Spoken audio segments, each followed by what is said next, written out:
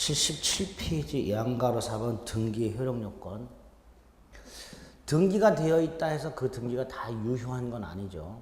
우리 뭐 간단하게 가장매매를 했고 가장매수인에게 소유권이 이전 등기되었다 하더라도 그 등기는 유효가 아니지요. 또 갑이 아파트를 담보로 돈을 빌리면서 아파트에다가 저당권을 설정을 해놨는데 나중에 돈을 갚았다. 돈을 갚으면 채권은 소멸하고 채권이 소멸하면 저당권도 소멸한다.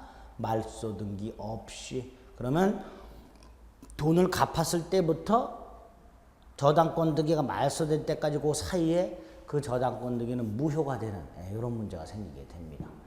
어쨌든 이렇게 등기가 되어 있다 해서 그 등기가 다 유효한 건 아니고요. 이 등기가 무효가 되는 경우도 있더라. 그럼 도대체 등기는 어떤 요건을 갖추어야만 유효할까? 그게 등기의 유효 요건 또는 효력 요건 이렇게 부릅니다. 두 개가 있습니다. 절차적 유효 요건, 즉 형식적 유효 요건이라는 게 있고요. 실체적 유효 요건, 실질적 유효 요건이라는 게 있어요. 이제 그런 거는 등기법에서 공부하시는 거고, 민법에서는 이러한 절차적 또는 실체적 유효 요건을 갖추지 못했을 때 그 등기가 무효가 되겠지요. 무효가 될 거예요. 무효가 된다가 이제 기본이고요. 다만 그런 실체적 또는 절차적 유효 요건을 제대로 갖추지 못했음에도 불구하고 예외적으로 유효한 경우가 있더라. 이제 그런 것들 몇 가지. 예외적으로 유효한 것들. 이제 그런 것들이 민법에서는 시험 문제가 나올 수 있게 됩니다. 이제 그런 것들 좀 찾아보시면 돼요. 자, 먼저 양가로 사이에 반가로 1번. 증여에 의해서 부동산을 취득했지만 등기 원인을 매매로 기재했다. 이거 유효로 보죠? 우리 민법 총칙 가장행위 은닉행위에서 봤잖아요. 갑이 을에게 A 토지를 증여를 한다. 근데 증여세가 너무 많이 나오니까 매매로 가장. 그래서 소유권이 넘어가는데 매매로 넘어가요. 실제 증여했는데 등기부에는 매매로 되어 있죠. 유효입니다. 유효. 또 하나는 갑과 을이 매매를 했는데 갑이 등기에 관련된 서류를 을에게 넘겨줬어요. 갑이 등기 관련 서류를 을에 넘겨줬는데 나중에 을이 등기소에 가서 등기를 신청할 때 봤더니 갑이 넘겨준 서류 중에 하나가 날짜가 지났어요. 예컨대 인감증명 같은 것들. 그래서 등기소에서 인감증명을 다시 떼오래요. 그래서 을이 똥 밟았네. 그래서 다시 갑한테 가서 인감증명 띄워줘 라고 갑한테 갔더니 갑이 이민을 가버렸어요. 미국에 어디로 갔는지 알 수가 없어요. 인감증명을 받아야 되는데 지금 을이. 도저히 방법이 없어서 을이 갑이 건네준 인감증명을 위조해서 등기를 넘겨받았습니다. 일단은. 그때 그 위조 서류에 의한 등기는 원래 무효인데 지금 이 경우에는 을이 실제 권리자 맞지요. 을이 부동산을 돈 주고 샀고 갑으로부터 등기 서류도 넘겨받았는데 어찌어찌해서 그 등기 서류에 문제가 하나 있어가지고 등기 서류를 다시 떼으려고 봤더니 갑을 만날 수가 없더라 말이에요. 그래서 어쩔 수 없이 을이 서류를 살짝 위조해서 등기를 넘겨받았다. 이럴 때는 위조 문서에 의한 등기라 하더라도 실제 권리관계와 일치하기 때문에 유효로 보게 됩니다. 반가로 2번. 반가로 2번은 기본이 되는 거예요. 갑이 돈을 빌렸고 을이 돈을 빌려줬다. 얘가 채무자고 채권자다. 그리고 갑이 아파트를 담보로 제공했다. 그럼 당연히 여기에는 채무자 갑으로 등기가 돼 있어야 되고 저당권자 을로 등기가 되어 있어야 돼요. 돈 빌린 게 갑이니까 채무자는 갑으로 등기가 되어 있어야 되고요. 돈을 빌려준 게 을이니까 저당권자는 을로 등기가 되어 있어야 되죠. 따라서 채무자가 갑이 아닌 병으로 저당권자가 을이 아닌 정으로 등기되어 있다. 그 등기는 무효가 되는 게 원칙이다. 이렇게 되겠죠. 거기 반가로 2번. 다만 반가로 3번 아주 예외적으로 이런 경우가 있습니다. 을이 돈을 빌려줬어요. 얘가 채무자고요.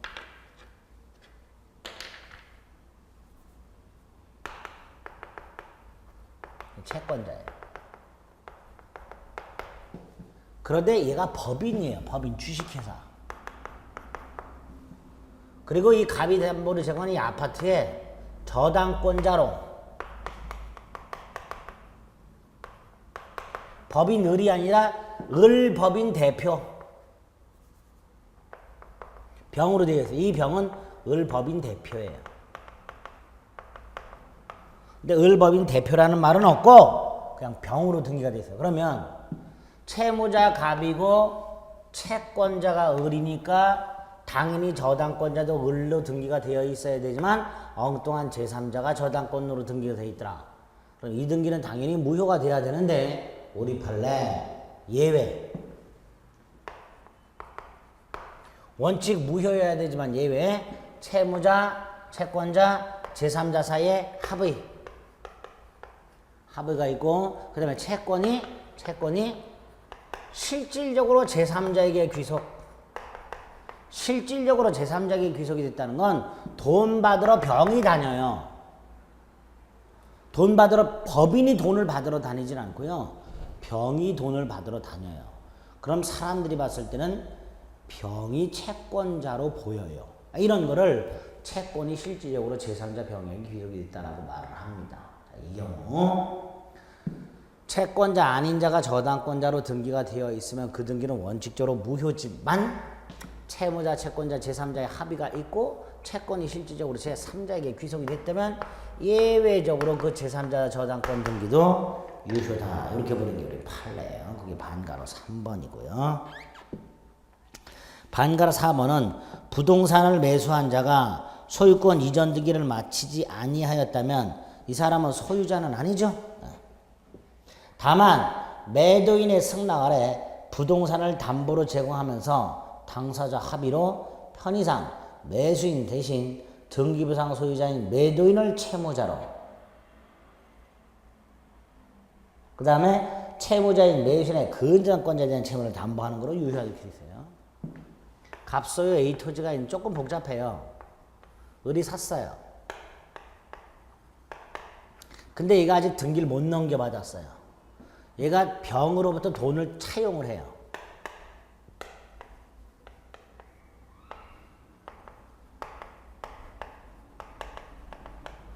그랬더니 병이 담보를 요구해요. 그래서 이걸 담보로 요구해요. 이거를. 그래서 여기다 저당권 등기를 해요. 이때 돈을 빌린 사람은 누구예요? 을이죠. 근데 채무자를 갑으로 등기를 해요. 현재 갑이 소유자로 되어 있기 때문에 채무자를 갑으로 등기. 이게 유효냐? 우리 판례 유효다. 왜?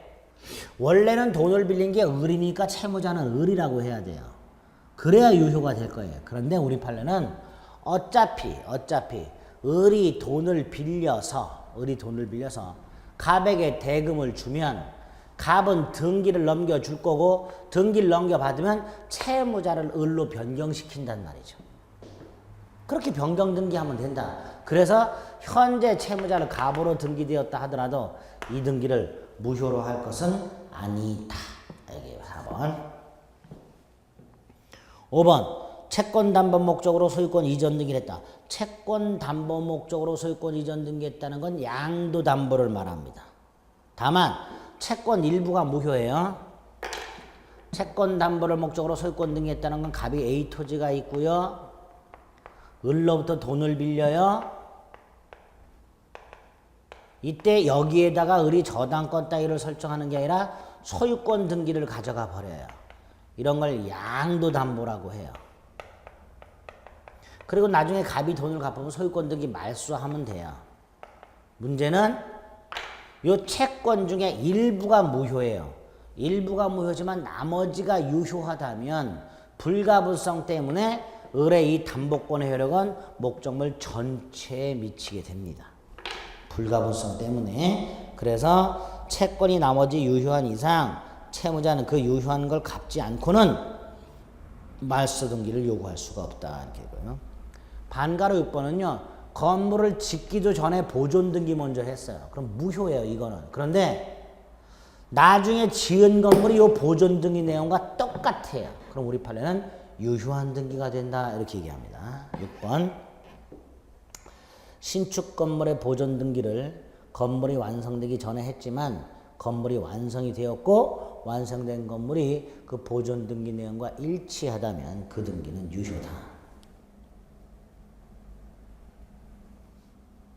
등기 신청 대리권이 없는 자가 대리 신청해서 근저당권 등기가 되는데 그게 원칙 실체 관계와 일치하더라. 예를 들어서 갑소유 땅의 의뢰명으로 저당권이 등기가 되는데 이거를 병이란 자가 대리 신청을 했어요. 근데 얘한테는 대리권이 없어요. 그럼 이건 무효해야 되는데 봤더니 둘 사이에 돈 빌려준 게 맞고 의리 저당권자가 맞더라는 말이죠. 그럼 설령 이 등기 신청을 대리권 없는 자가 신청했다 하더라도 이 등기를 무효로 할 것은 아니다. 이렇게 되겠죠. 됐고요. 8번은 갑소유 토지를 의리 상속을 받았고 그래서 얘는 등기 없이 토지 소유권을 취득했고 이 상태에서 병한테 팔았고 그리고 등기를 이렇게 넘겨줘야 되는 게 원칙이지만 막바로 돌아가신 분에서 이렇게 등기를 넘겨준 경우 원래 이건 187조 단서를 위반하는 거니까 무효여야 되지만 우리 판례 실체 권리 관계와 일치한다. 유효다. 이렇게 보겠죠. 이렇게 우리가 봤을 때는 요건을 제대로 갖추지 못해서 무효일 것처럼 보이지만 유효로 보는 것들이 쭉 몇 가지가 있더라. 그리고 결정적으로 유효한 게 이제 중간생략 등기입니다. 중간생략 등기.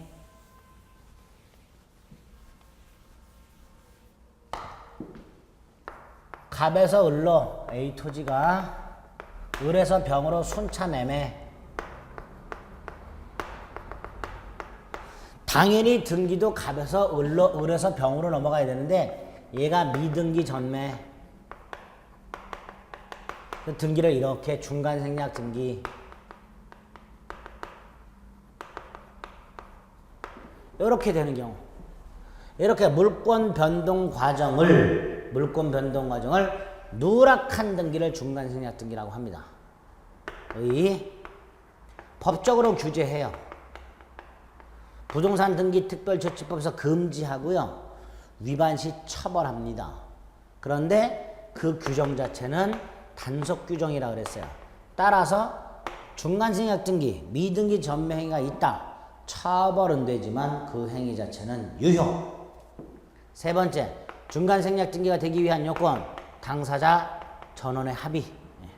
갑에서 을로, 을에서 병으로 순차 넘어갔을 때 갑, 을, 병 사이에 명시적으로 또는 묵시적으로 동시에 또는 순차 합의가 있어야 된다.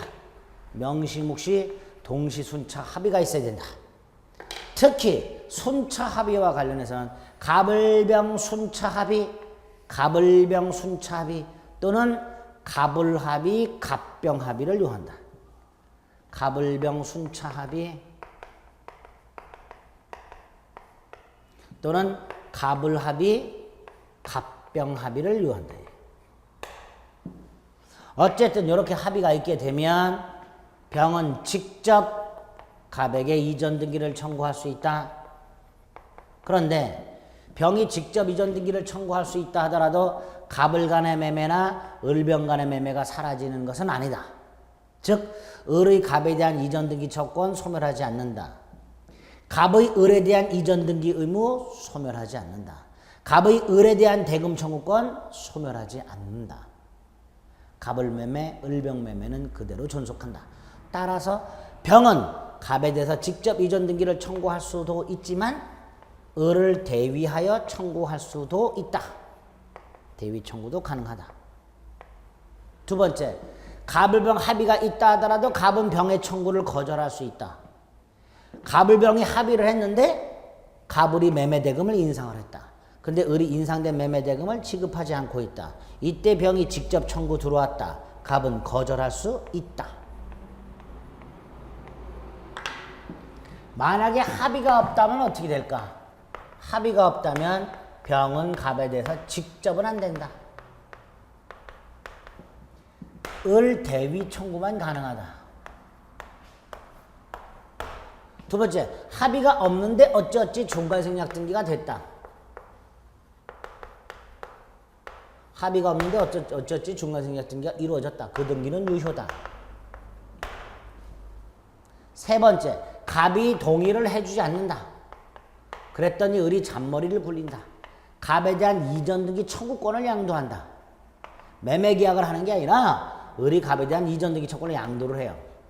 이때 이 이전 등기 청구는 채권이고요. 우리 민법상 채권 양도 사실을 채무자한테 통지를 하면 그 채권 양도한 사람이 직접 권리를 행사할 수 있도록 있어요.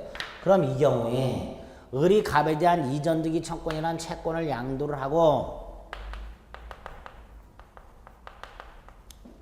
그 사실을 갑에게 통지만 하면 갑이 동의를 하지 않더라도 병은 직접 이전 등기를 청구할 수 이렇게 돼버려요.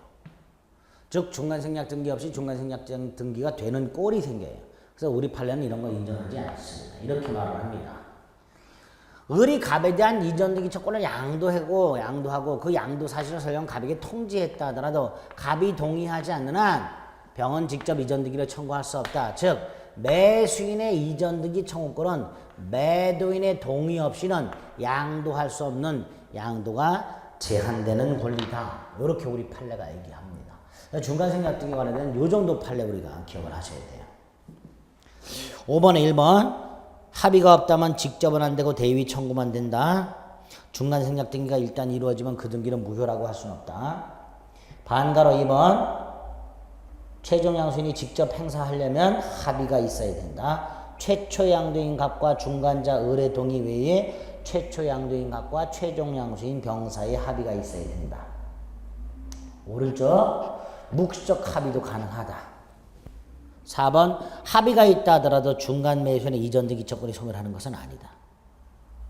5번 합의가 있지만 합의 후에 매매대금을 인상하는 약정을 했다. 그 인상된 매매대금을 주지 않는다. 직접 이전 등기 청구를 거절할 수 있다.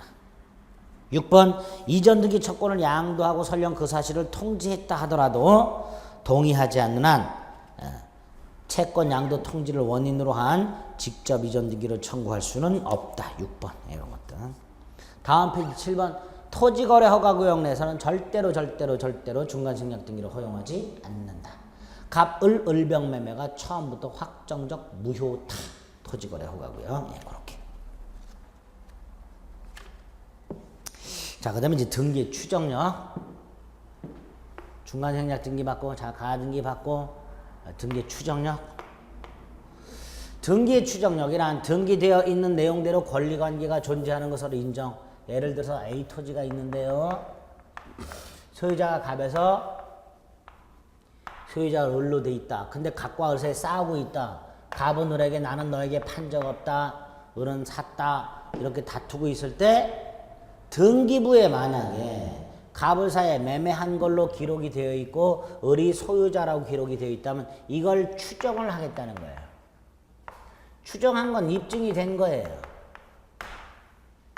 따라서 따로 증명할 필요가 없는 거예요. 결국 이 경우에 을은 갑으로부터 매매했다는 사실, 을 자신이 소유자라는 사실을 입증할 필요가 없게 됩니다. 소송에서. 또 이런 경우 여기에 저당권자 병이 등기가 되어 있는데 을병이 싸워요. 을이 병에게 돈을 갚았다. 저당권을 말소해라.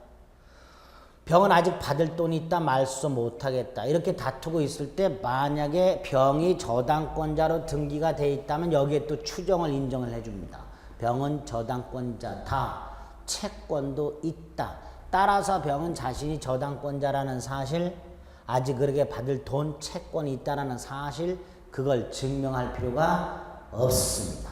이런 걸 등기의 추정력 이렇게 불러요. 등기되어 있는 권리 내용대로 권리관계가 존재하는 것을 인정하는 힘. 이 추정은 법률상 추정이다라는 표현은 그냥 좀 외우세요.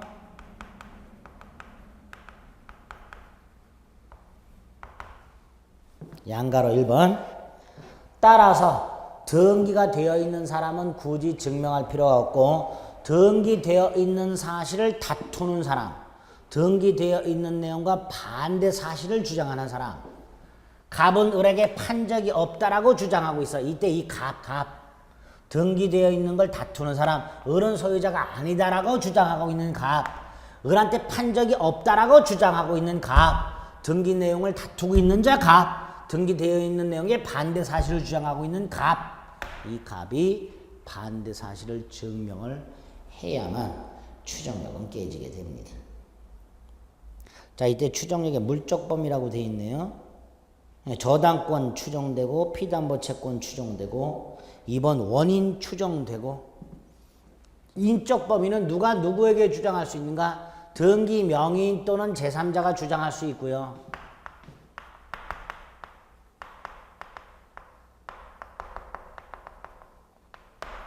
추정력을 주장할 수 있는 사람 등기 명의인 또는 제3자 누구에게 주장할 수 있는가? 제3자에게 당연히 주장할 수 있고요. 이렇게 소유권 이전 등기 경우에는 전 등기 명의인에게도 주장할 수 있습니다. 그래서 누구에게 주장할 수 있는가? 등기 명의인 또는 제3자가 제3자 또는 전 등기 명의인에게 주장할 수 있다. 그 다음 이제 보존 등기의 추정력이라는 게 나오는데 예를 들어서요. A 토지가 있고 보존 등기 명의인이 을로 되어 있거나 B 건물이 있고 보존 등기 명의인이 을로 되어 있거나 그럼 이 보존 등기도 등기니까 추정력이 있는데 일단 보존 등기는 보존 등기 해야만 권리가 변동되는 건 아니니까 권리 변동 추정력은 없고요. 소유권 보존 추정력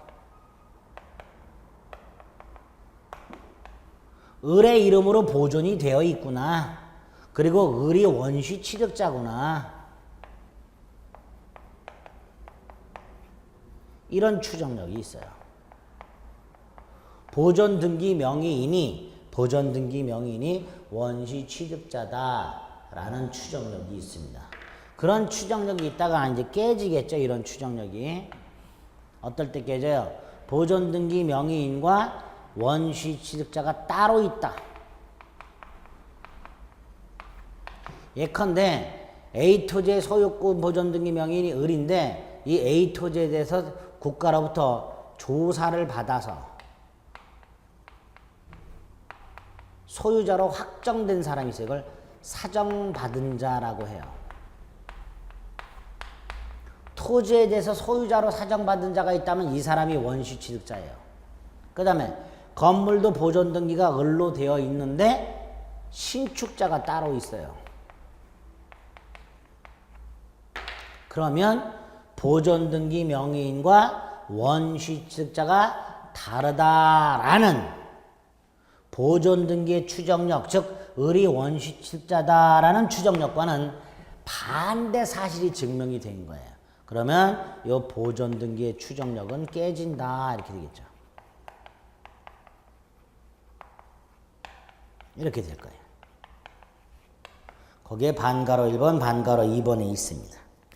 건물 보존 등기 명의자가 신축한 것이 아니라면 깨진다. 토지에 대해서 소유 사정받은 사람이 따로 있다라면 깨진다. 반면에 지금 이렇게 일반적인 보존 등기 명의인과 원시 취득자가 다르다라는 사실만으로 깨지는 보존 등기는 등기법상 보존 등기고요.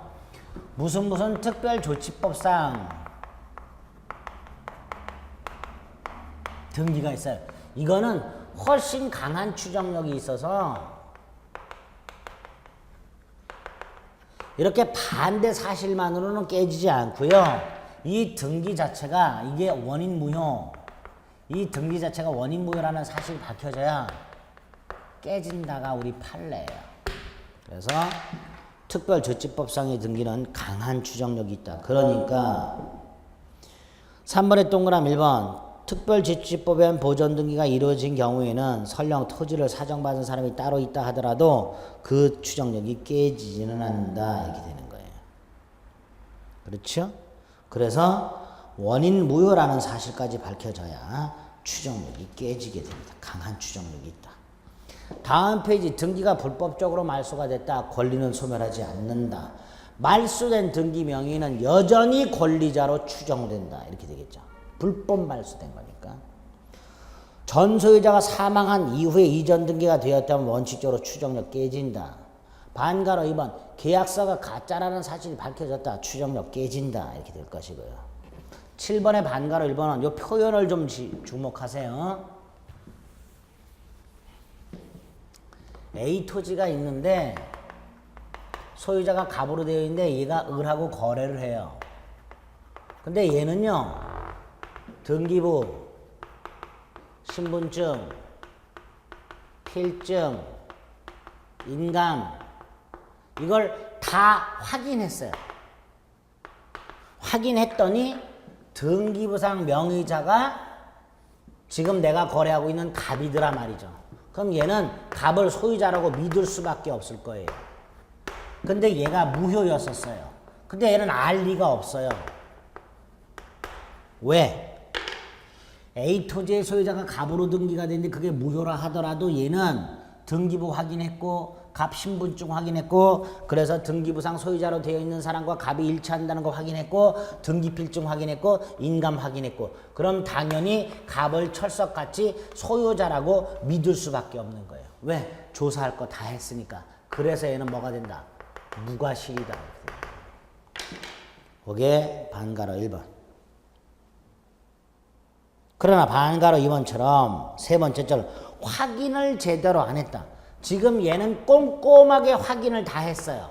그러니까 이 등기가 무효라는 사실을 모르면서 무과실이에요. 그런데 확인을 제대로 안 했다면 모르고는 있겠지만 과실은 있다 이렇게 되죠. 확인 제대로 안 했으니까 그게 반가로 2번의 내용이 될 겁니다. 자, 이렇게 등기의 추정력이 깨지는 경우 간단히 확인하시면 돼요. 그러면 등기 청구권이 나왔어요. 등기 청구권은 부동산 매수인과 같은 권리자가 매도인 같은 등기 의무자를 상대로 등기 신청 절차에 협력할 것을 청구할 수 있는 실체법상 사법상의 권리 이렇게 되죠. 이 등기 청구는 다른 건 필요 없고요. 채권적인지 물권적인지를 구별하시면 돼요. 이유는 채권적인 건 10년의 소멸시효에 걸리는 게 원칙이고요. 물권적이라면 소멸시효에 걸리질 않아요. 구별은 매매와 같은 법률 행위를 통해 생긴 건 채권적이고요.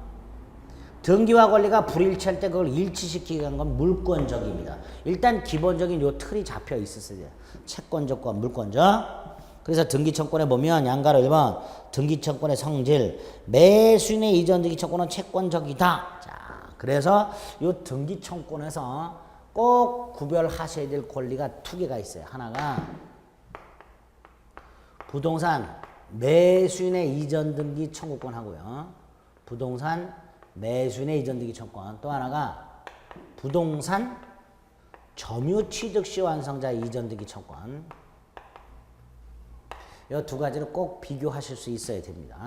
일단 부동산 매수인의 이전 등기 청구권과 부동산 점유 취득 시 완성자 이전 등기 청구권은 발생 원인이 달라요.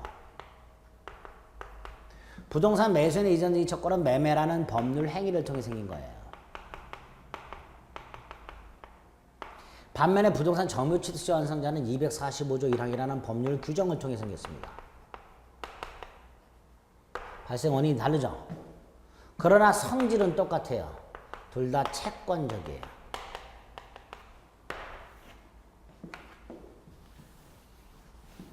채권적인데요. 이제 소멸시효가 문제가 돼요.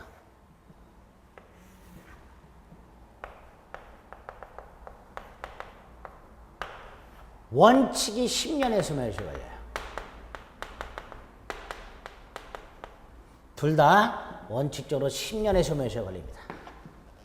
반면에 예컨대 부동산 매수인도 을이고요. 점유취득 완성자도 을이라고 생각을 해보겠습니다. 이때 부동산 매수인 을이 스스로 점유, 부동산을 점유, 취득시 완성자 을이 스스로 점유하고 있을 때는 소멸시효에 걸리질 않아요. 근데 을이 이걸 점유하다가 병에게 점유를 승계시켜줘요. 그래서 을이 점유를 상실하게 돼. 이때 매수인이라면 여전히 소멸시효에 걸리지 않지만 점유취득시 완성자는 그때부터 10년에서 몇 시에 걸린다. 이렇게 얘기합니다. 그래서 부동산 매수인의 이전 등기 청구권과 부동산 점유 취득 시 완성자의 이전 등기 청구권 요거 비교하실 수 있어야 됩니다.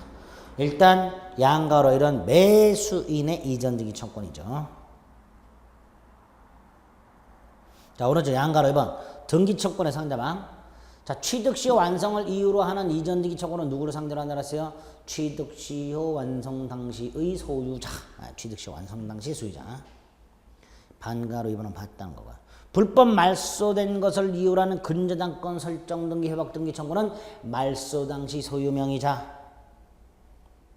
그렇죠? 다만 이제 반가로 4번은 이런 거 좀 조심하셔야 돼요. 근저당권이나 저당권이 불법적으로 말소가 됐어요.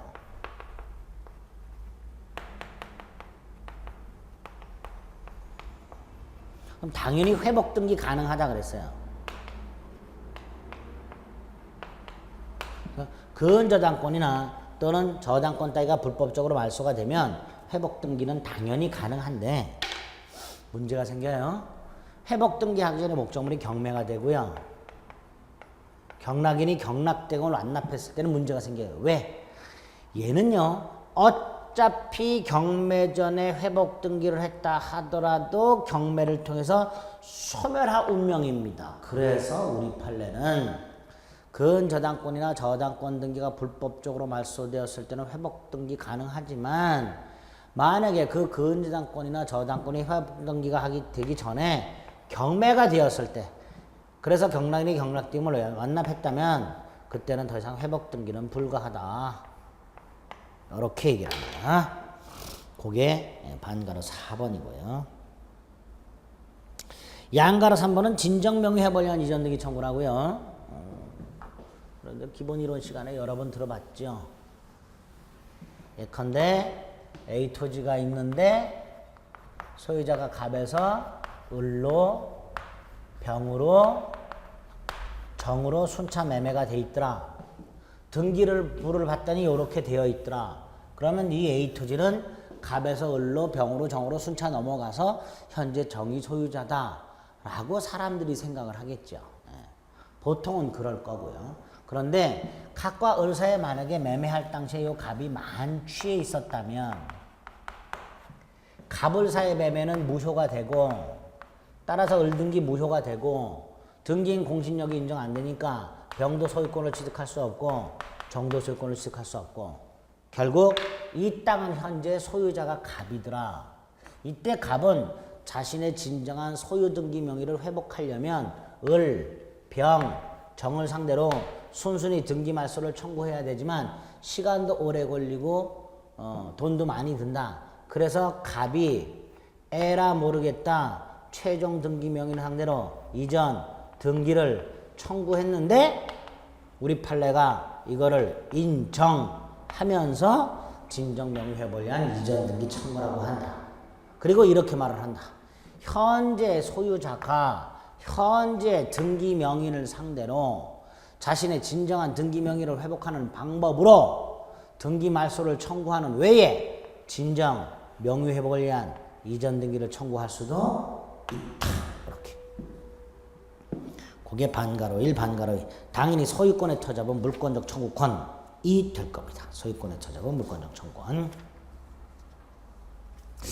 그 다음에 다음 페이지 보면 이제 반가로 3번에 부동산 실권리자 명의등기에 관한 법률 소정의 유예기간 내에 실명등기를 하지 아니하여 명의신탁약정이 무효가 되었다면 이렇게 되어 있어요. 그럼 이런 거예요.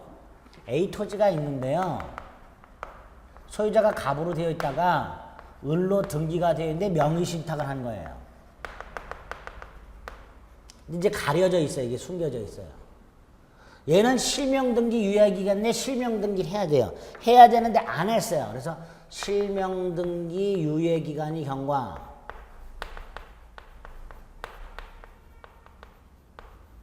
그럼 이건 무효가 돼버려요.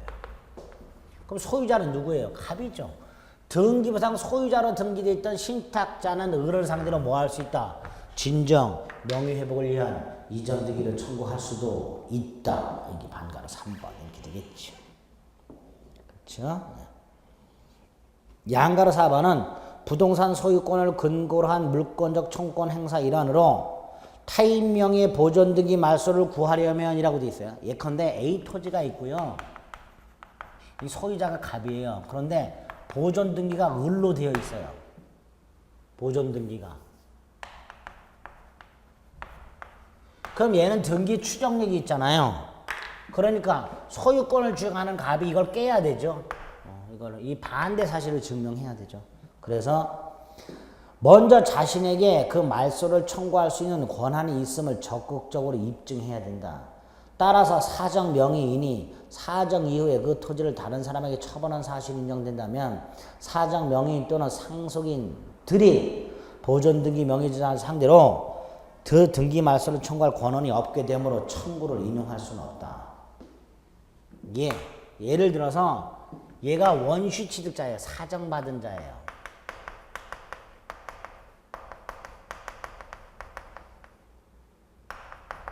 이거 말소를 청구하고 있어요. 그러려면 얘가 소유자라는 걸 증명을 해야 돼요. 뭐라는 걸 증명해야 된다고요? 쥐가 소유자라는 걸 증명을 해야 돼요. 그런데 봤더니 얘가 이렇게 판 사실이 인정되더라. 팔았다면 얘가 소유자라는 거잖아. 그러니까 너는 인정받을 수 없다. 이렇게 되겠죠. 반대 사실을 증명을 못한 거예요. 지가 소유자라는 사실을 증명을 못했어요. 오히려 팔았다라는 게 밝혀졌어요. 그러면 을이 권리자이니까 을명의 등기는 유효하다. 뭐 이렇게 되겠지.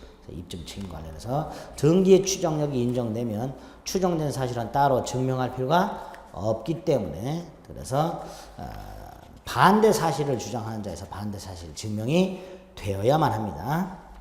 그 다음 이제 무효등기 유용이 나와 있는데요. 무효등기 유용이란 건 등기가 무효일 때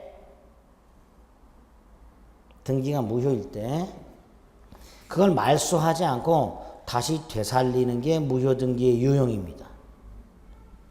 이런 경우 A 토지가 있고 소유자가 갑이고 저당권자 을이 있어요. 근데 얘가 돈을 갚았어요. 돈을 갚았다면 이 등기는 말소를 해야 될겠죠. 근데 말소하지 않고 있다가 다시 똑같은 돈을 또 빌려요. 그럴 때 이거 재활용하면 돼요. 이런 걸 무효등기의 유용이라고 합니다. 양가로 1번. 반면에 반가로 2번, 양가로 2번. 표제부 등기 유용은 인정 안 됩니다. 표제부 등기 유용이란 기존 건물을 철거하고 건물을 신축한 후에 그 신축한 건물의 보존 등기를 따로 하지 않고 구건물 보존 등기를 재활용하는 경우가 있어요. 이런 건 우리 판례에 인정하지 않습니다. 신축한 건물의 등기부를 따로 만들어야 됩니다. 구건물의 등기부를 신건물의 등기부로 재활용하는 것은 허용되지 않습니다. 3번은 변제에 의해서 무효가 된 을명의 등기를 자, 요거는 이런 경우예요. A 토지가 있고요. 소유자가 갑이고요. 저당권자가 을이 등기가 되어 있어요. 근데 변제가 됐어요. 그럼 이건 무효가 돼요. 근데 말소가 안 되고 있어요. 이럴 때 병이 돈을 빌려줘요. 이때 병은요. 을등기를 말소하고 병명으로 설정등기를 해야 되는데 우리 판례 요 이름을 요렇게 변경등기하는 거 이것도 된다는 거예요. 이것도 무효등기 유용으로 봅니다. 갑이 을로부터 돈을 빌면서 을 이름으로 저당권 등기를 해놨는데 나중에 돈을 갚았어요. 그 상태에서 을 등기를 말소하지 않고 있다가 병한테 돈을 빌리면서 을 이름으로 되어 있는 이 저당권을 병 이름을 변경해서 재활용하는 거 이것도 된다 판례. 근데 되는데 그러려면 얘는 진짜 채권자여야 된다. 근데 얘가 진짜 채권자가 아니더라. 그럼 그 등기는 무효다. 양가로 3번. 변제에 의하여 무효가 된 을 등기를 갑이 병과 유용하기로 합의하고 병 명의로 부기 등기를 격려했다면 그 등기는 유효하다. 근데 만약에 병이 실제 채권이 없다면 당연히 얘는 무효다. 이렇게 되겠죠. 그래서 무효 등기 유용과 관해서 표제부 유용은 안 된다는 거 하고 이렇게 제3자 이름으로 유용하는 것도 가능하다. 그 정도. 자, 일단 등기와 관련된 내용들 중에서 이런 내용들을 쭉 살펴봤습니다. 그리고 이제 186조, 187조 관련된 거하고 혼동과 관련된 판례 몇 가지만 확인하시면 됩니다. 요거는 잠시 쉬었다가 점입공과 같이 묶어갖고 보도록 하겠습니다.